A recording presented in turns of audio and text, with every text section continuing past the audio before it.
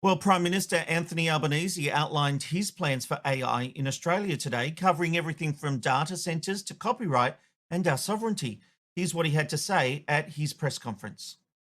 Effective today, I am establishing the Office of AI in my own department of the Prime Minister and Cabinet. It will work closely with the Minister for Industry and Innovation, Tim Ayres, and the Assistant Minister for Science, Technology and the Digital Economy, Andrew Charlton, to coordinate the design of our new Australian standards and to bring together the work that ministers right across the government are undertaking. Yeah, it was a speech, not a press conference. To help us understand what the PM is planning, I'm joined by Dr. Dominic Meagher from the Crawford School of Public Policy at the ANU. Dominic, welcome to McKnight Tonight. Thanks very much, Rob. Great to be here. Well, what was your takeaway from the PM's speech today? And were there pluses and minuses, winners and losers? Look, I think you did a pretty good job getting the right tone. I think, and importantly, the right direction. He's certainly got the idea that this is something that Australia needs to have a hand on steering, which I think is very important. We don't want this AI as the next big wave of social change to come through and knock us over.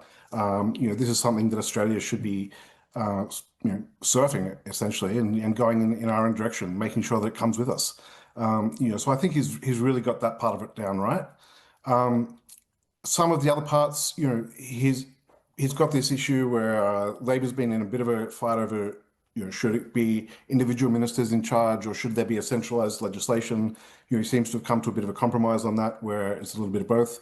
On some of the issues around, how copyright is treated, that was very strong, I think, and very welcome to hear. And then there was a few other issues around, how data centers are being welcomed, and the resources that they need that came up, where I think he sounds like he's going in the right direction, but it's not 100% clear, and maybe it was a lot of grandfather statements, wasn't it? A little bit like that. I think I wouldn't say that it's clarified everything to me. It's maybe pointing in the right direction, and there's a lot of open discussion is probably what I'd say.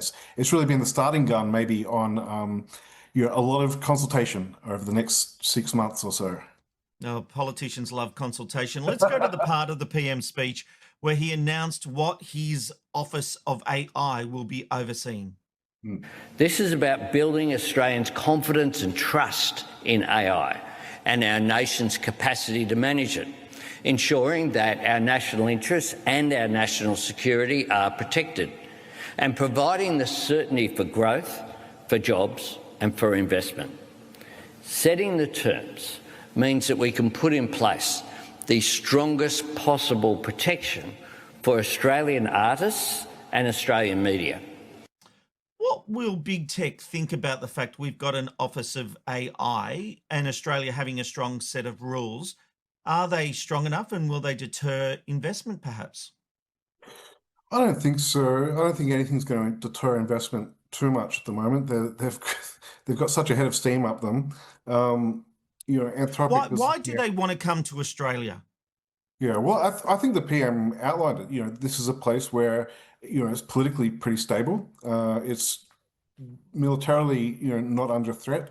The energy system is, as much as we complain about it, it's better than most other places. It's pretty ideal conditions if what you want is to invest a lot of money in a 20-year project and have it serve one of the major regions in the world, meaning primarily Asia. You don't necessarily want to be setting up in China with a data center because they're going to try and the CCP is probably going to try and take control over exactly what you're doing and micromanage all of it. In the US, obviously that's where they're primarily setting up, but even there is a little bit choppy and changey at the moment. And then in Europe is your other sort of plan B. Sorry, did you say choppy and changey or Trumpy and changey? Sorry, I thought it was a very clever wordplay at first. Well, I imagine that I said it the smart way then. Yeah, well, certainly Trumpy and changey. So, and then you've got Europe where their regulation of AI is probably quite strong and maybe holding things back a little bit. We're maybe, a pretty safe bet if you're looking for somewhere other than the US. Okay. The PM, out of all the grandfathering statements, he did make it clear copyright protection is big on the agenda. Let me play what he said about that. Not everything produced in Australia is up for grabs. Not at all. Australian writers, musicians, artists and journalists must retain ownership and control of their work. Our laws will spell that out, plain as day. An artist's creative endeavour is their work and their property. No company should use Australian books, music, art or news to build or train AI without the artist's control. And that includes the artist's control of the price and value of their work. Anything less is theft. No country has got this right yet. Nowhere do artists or rights holders have sufficient control of their work when it comes to AI training. And that is why the best way to secure the strongest copyright protections for Australian artists is for Australia to be active and involved, to build the best possible solution for ourselves, and to preserve the creativity that is fundamental to who we are, to our national identity, and the journalism that is essential to our democratic society. Now, this doesn't seem ambiguous, and I like the idea because I don't understand why AI companies should be allowed to profit off other people's work. If you're building a company and you need other people's work, you should pay for it.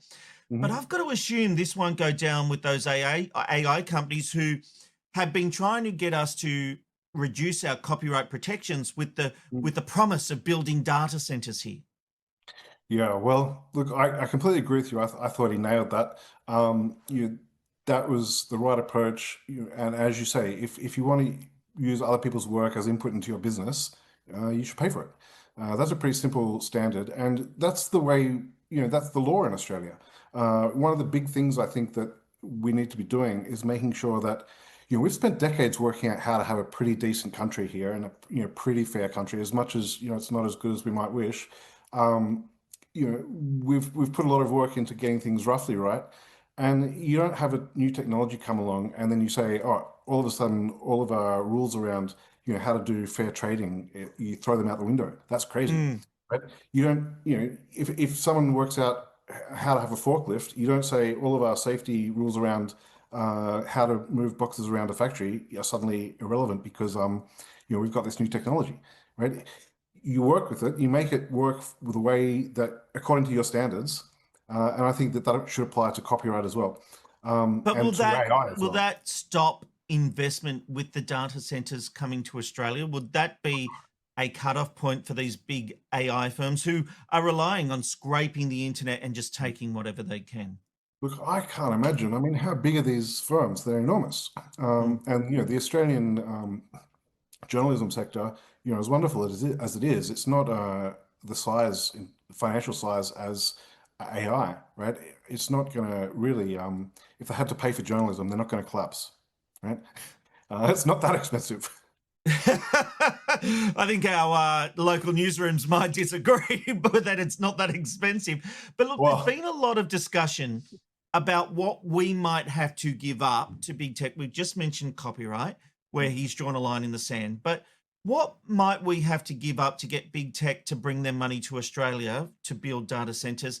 How much do we need to capitulate to these big tech companies? Look, I don't think so all that much at all, really. I think what we need to do is work sensibly with them on a system that will work in all of our interests. One of the examples that keeps coming to my mind is what we've done with the gas industry. And you see, this idea that if you don't play by, what we demand, we're not going to invest, and that's going to cost your country X, Y, and Z. Well, it was our gas to start with. So, if you want it, we're the only people that have our gas. You can get someone else's gas, but that's not infinite. If you want our gas, then you have to deal with us. It's the same kind of thing with this. If you want our political system and our, secure environment and our energy system, and highly educated workforce and all these other opportunities, then you have to do business here, and you can't just take us for mugs. You've got to do it in a fair and reasonable way, and that doesn't mean we're going to try and extort you either, but it does mean that we're not going to get extorted in turn. It's So interesting, you coming back to the political safety of building here in Australia, because I saw, I think it was an afternoon briefing, a representative from India when their prime minister was out here saying they want the data centers. They are very open, but they can't get the investment. And that's why I wanted to know from you about why they do want to build here. Why aren't they just chuffing off to India? But our political stability is a really interesting point. You know, sorry, go on. Well, if you listen to someone like Dario Amodei, and he's the CEO of Anthropic, who are talking about investing $20 billion into Australia, he talks a lot about his concerns over the CCP, with Taiwan, about Russia and Ukraine. He works with the US Department of Defense, even though he considers himself, a sort of anti-war person, and he does it because he thinks democracy is worth defending. So, they're not companies that have no sort of sense of value. They care about democracy by and large, at least Anthropic and I think Google as well. Maybe I won't speak too much for Grok or OpenAI, but at least two out of the big four, have a commitment to sort of liberal democracy. And how many countries are there around the world with a strong, stable liberal democracy and a good energy system, and outside of the US, and there's some, but there's not infinite. Sovereignty was mentioned quite a few times by Albanese during his speech. Why did he want to keep reinforcing sovereignty? Yeah, I think there's probably two big reasons, and one of them is probably domestic politics. People feel a bit out of control these days, and probably he's just trying to speak to that. You know, and that's probably driving some of the support for groups like One Nation, I imagine. People feel like the world is all sort of chaotic, and no one's doing the right thing, no one's listening. And so having a sort of sovereign approach says, the control's coming back into our hands. So I think that's sort of one part of the political message. The other part is these AI has this enormously long supply chain, right? Dozens of countries involved, where you've got one or two firms in the whole world that can produce a particular part of the supply chain. And if that firm decides to stop, what are you going to do? There's nothing you can do about it. And, this includes, Taiwan, we're all familiar with, but Japan produce a lot of the materials that go into this stuff. Denmark produce, or the Netherlands produce the machines that produce the chips that they make in Taiwan. There's parts of this all over the world.